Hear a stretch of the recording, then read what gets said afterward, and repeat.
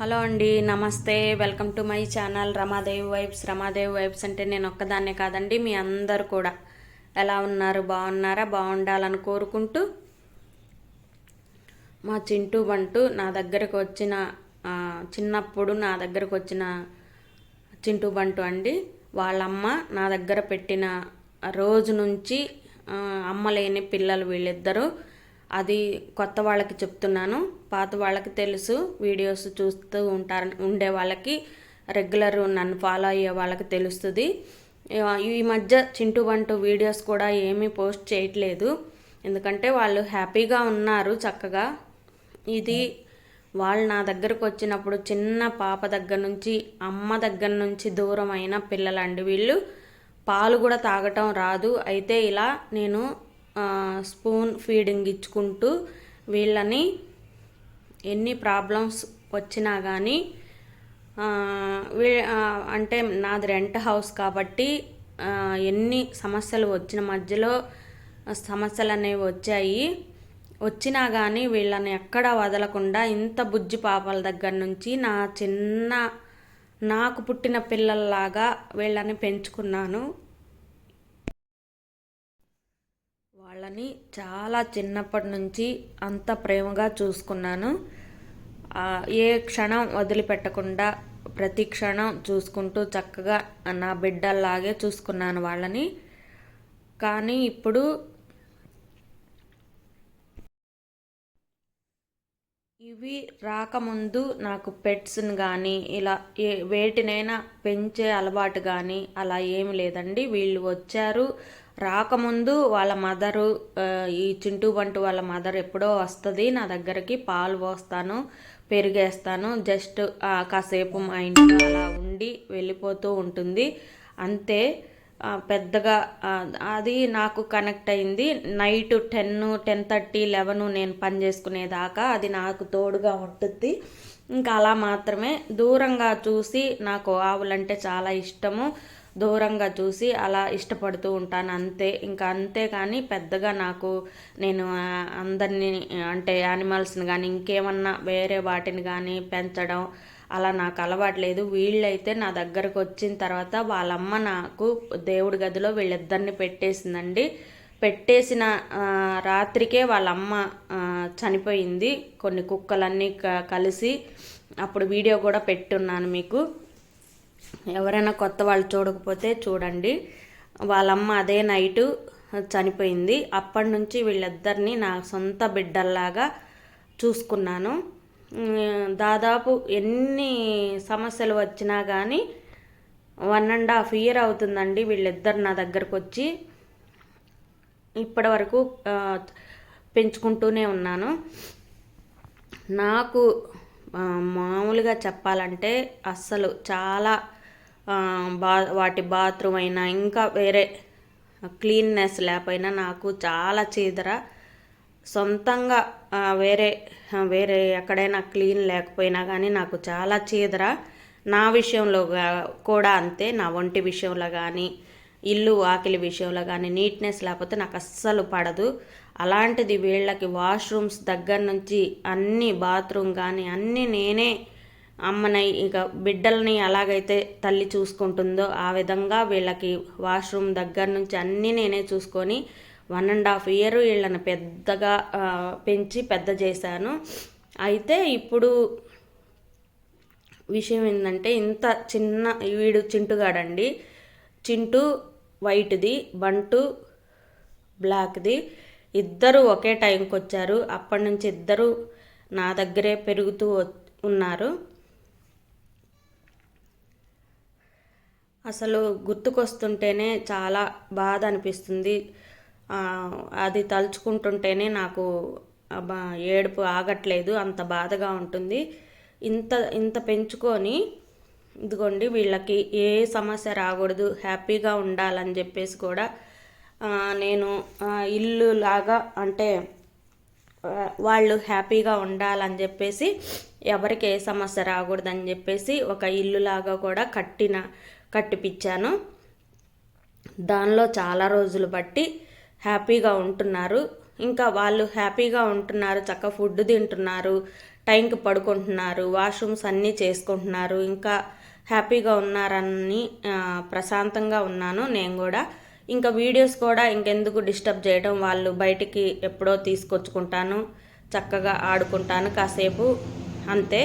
అందుకోసం వీడియోస్ కూడా ఏం పెట్టట్లేదు. అయితే ఇదిగోండి ఇల్లు కట్టిపిచ్చాను అన్నాను కదా, ఇదిగోండి ఇది అయితే ప్రిపేర్ చేసి హౌస్ లాగా చక్కగా వాళ్ళకి ఏ ప్రాబ్లం రాకుండా కంఫర్ట్గా ఇరుకిరుగు లేకుండా చక్కగా ఇదైతే ప్రిపేర్ చేయించాను. దీనిలో ఒక క్లాత్ వేసి వాష్రూమ్కి తగ్గ ఒక ఇసుకది పెట్టేసి హ్యాపీగా ఉంటారు. అయితే బ్యాక్ సైడు కొంచెం ఇదిగా అటునుంచి వెళ్ళిపోతాయేమన్న భయంతో బ్యాక్ సైడ్ కూడా చేపిలేదు అప్పుడు కంగారులో.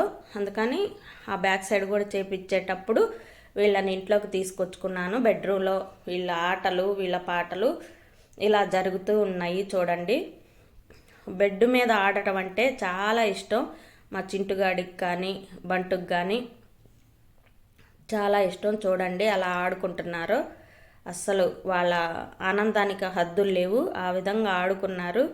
మా చింటుగాడు ఇప్పుడు ఇది ఆ నైటు అది ఇల్లు వెనక వైపు ప్రిపేర్ చేసే నైట్ అయితే ఈ విధంగా ఆడుకున్నారు చక్కగా సంతోషంగా. ఇంకా అదే రోజు వాళ్ళని లోపల వేసేసి చక్కగా ఈ ఆటలు అంతా అయిపోయిన తర్వాత వాళ్ళకి ఫుడ్ పెట్టేసి ఏ ప్రాబ్లం ఇంకా ఏ సమస్య ఉండదు, హాయిగా పడుకుంటారు. అంటే నైట్ టైం బయట కాబట్టి బయట పెట్టేశానండి. బయట కాబట్టి మాకు ఏ టెన్షన్ లేకుండా, అంటే మాకు బయట నుంచి కుక్కలు అలా వచ్చినా కానీ ఏ సమస్య రాకుండా హ్యాపీగా అని చెప్పేసి వెనక వైపు కూడా కట్టేసి కంఫర్ట్గా అయితే ఉన్నాము.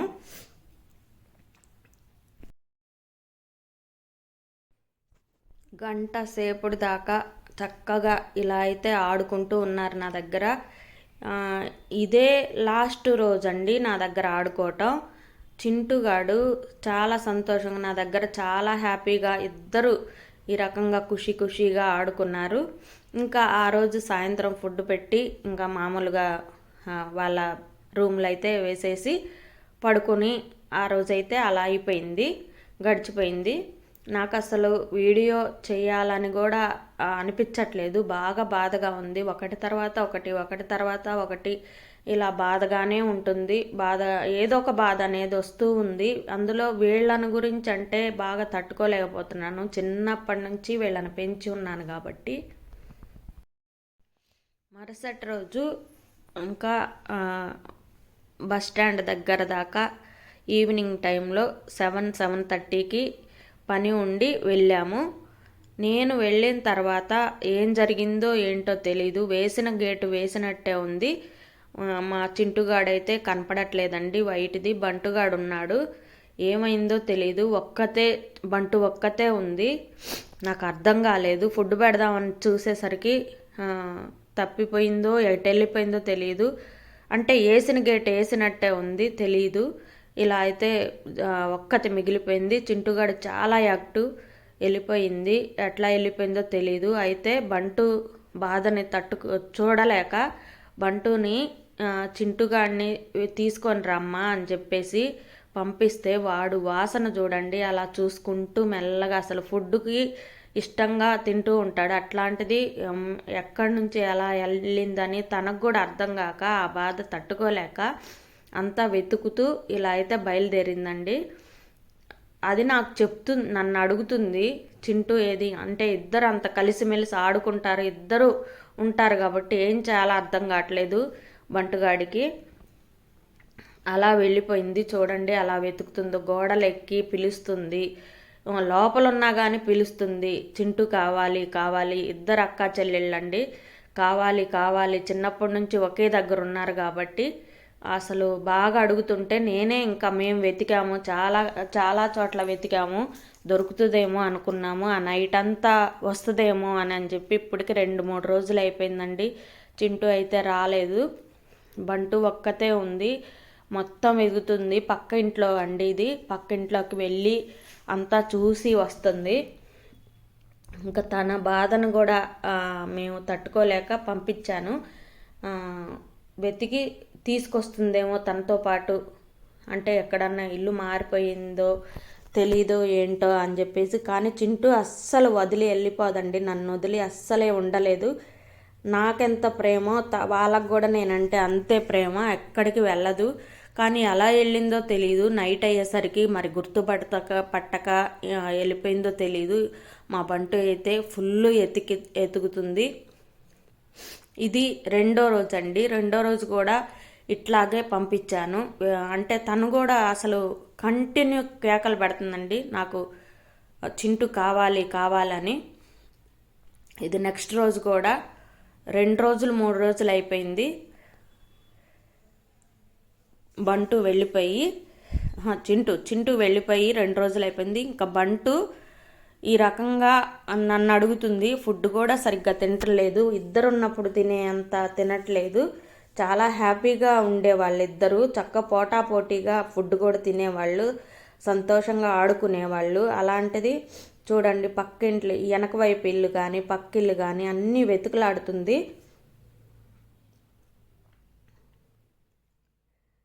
ఈ వెతుకులాట్లో ఫుల్ ఎండ ఉందండి బాగా. మధ్యాహ్నం పూట 3ంటికి 2:30 వదిలాను తీసుకురామని. ఎక్కడన్నా కనపడితే చింటూని తీసుకురామని బంటుకు చెప్తే మొత్తం వెతికి బాగా దాహం వేసినట్టుంది, ఫుల్గా ఎండ అయితే ఉందండి.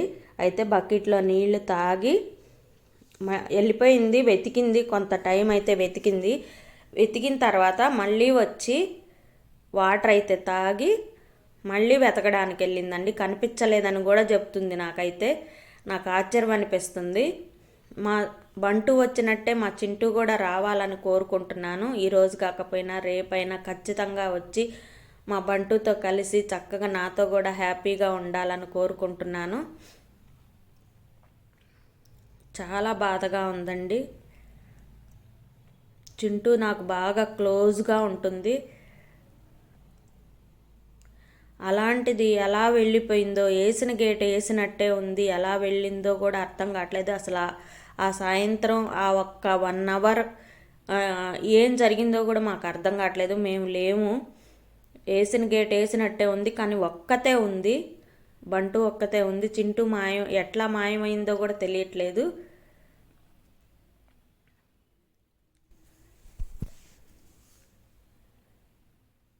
చూడండి, బాగా దాహం వేసింది. అరిసి చింటూ కావాలి కావాలి. గోడ మీద వేరే చింటూ లాంటి ఇంకో క్యాట్ వెళ్తుంటే కూడా చూస్తూ అమ్మో చింటూ ఏమో అనుకొని పాపం అటే చూస్తుంది.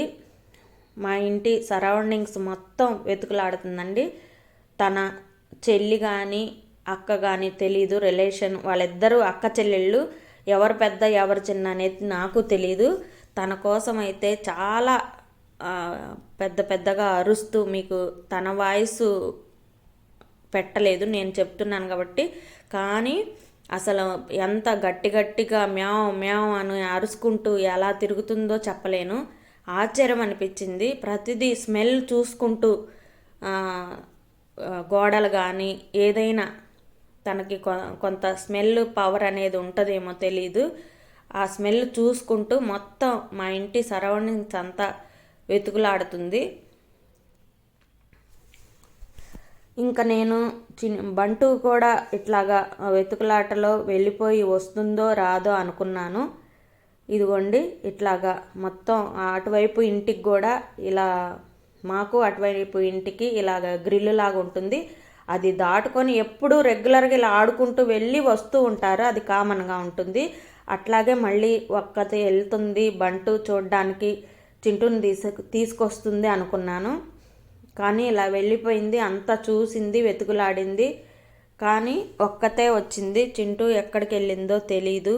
2-3 రోజుల నుంచి చింటూ కనిపించట్లేదు.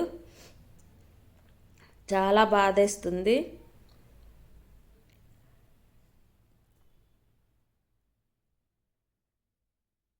చూడండి, ప్రతిదీ స్మెల్ చూసుకుంటూ ఇంట్లోకి కూడా తెచ్చి ఫుడ్ పెడుతూ ఉంటాను అప్పుడప్పుడు. నాకు బాగా ఎక్కువ పని లేనప్పుడు ఇలా వాళ్ళిద్దరిని ఇలా ఇంట్లోకి తెచ్చుకుంటాను. అంతా వెతికి వెతికి నీరసం అయిపోతుంది, అక్కడ కూర్చుండిపోయింది. ఇంట్లోకి కూడా వచ్చి వెతికింది.